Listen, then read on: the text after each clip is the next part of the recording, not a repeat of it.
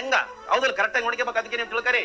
ಎಷ್ಟೀಗ 34ನೇ ಪ್ರಶ್ನೆ ಬಹಳ ಇಂಪಾರ್ಟೆಂಟ್ ಐತೆ, ಸರಿಯಾಗಿ ತಿಳ್ಕೋಬೇಕು, ಓದ್ಬೇಕು.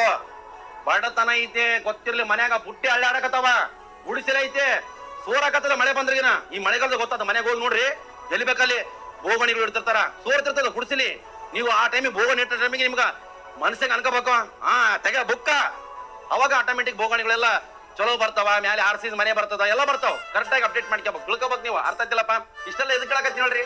ಪಾಪ ಬಡ ಮಕ್ಕಳೆಲ್ಲ ಇಂಪ್ರೂವ್ಮೆಂಟ್ ಆಗ್ಲಿ, ಓದೋದು ಮನಸ್ಸಿರೋದಲ್ಲ, ಮನಸ್ಸು ಹೆಂಗ ಮಾಡಿ ಕ್ರಿಯೇಟ್ ಮಾಡ್ಕಲಿ. ನಾಳೆ ಏನಾನ ಆ ತಂದೆ ತಾಯಿ ಚೆನ್ನಾಗಿ ನೋಡಿಕಲಿ ಅಂತ ನಾ ಹೇಳಕತ್ತೀನಿ. ಅದ್ರ ಬಿಟ್ಟು ಏನ್ರಿ ಇದು ಬೇಡ, ಇದು ಬೇಡ್ರಿ ಹಂಗೆ ಹೋದ್ರಿ. ಹೌದು, ನಮ್ಗೆ ಯಾಕೆ ಬೇಕಾವಲ್ಲ ಅಲ್ಲ.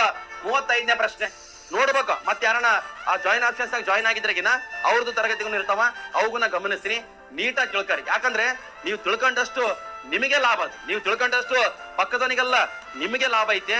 ಯಾವುದೇ ಕಾರಣಕ್ಕೂ ಬಿಡಬಾರ್ದು. ಹೆಂಗಿರ್ಬೇಕಾದ್ರೆ ಹುಮ್ಮಸ್ ಅಂತ ಕೊಟ್ರಗಿನ ಬುಕ್ಕ ಆದಾಗ ಇದ್ದಂತ ಅಕ್ಷರಗಳು ತಲೆಗೆ ಹೋಗತನ ಬಿಡಬಾರ್ದು. ಆ ನಮನಿ ಇರ್ಬೇಕು. ಯಾವಾಗ 3 ತಾಸು ಸಿನಿಮಾ ನೋಡಿಕೇಸಿ ಯಥಾವತ್ತಾಗಿ ಸ್ಟೋರಿ ಬಂದು ನಾವು ಹೊರಗಡೆ ಹೇಳ್ತೀವಿ ಅಂದ್ಮೇಲೆ, ಪುಸ್ತಕ ಓದಿದ್ಮೇಲೆ ಎದಕ್ ಕೇಳೋದಲ್ಲ, ಇಲ್ಲಿ ಮನಸ್ಸು ಕೊಟ್ಟು ನೋಡ್ಬೇಕ್ರಿ, ಗಮನ ಕೊಟ್ಟು ನೀಟಾಗಿ ಓದ್ರಿ. ಆಟೋಮೆಟಿಕ್ ಆಗಿ ಬಡತನ ಎದ್ದು ಕಾಣ್ತಿರ್ಬೇಕು ಬುಕ್ದಾಗ. ಬಡತನ ಎದ್ದು ಕಂಡ್ರೆ ಆಟೋಮೆಟಿಕ್ ಆಗಿ ನಿಮ್ ತಲೆಗ ಆ ಸೇವ್ ಆಗಿಬಿಡ್ತಾವ. ಇಷ್ಟು ಹೇಳ್ತೇವೆ. ಇವತ್ತಿನ ಆ ತರಗತಿ ಮುಗಿಸ್ತೀನಿ. ಎಷ್ಟು ನಿಮ್ಮ ಮಲಗ್ರಿ, ಮುಂಜಾನೆ 5 ಗಂಟೆಗೆ ಎದ್ರಿ, ಓದ್ರಿ, ತಂದೆ ತಾಯಿಗೆ ಆ ಕಡೆ ಗಮನ ಕೊಡ್ರಿ. ಯಾವುದೇ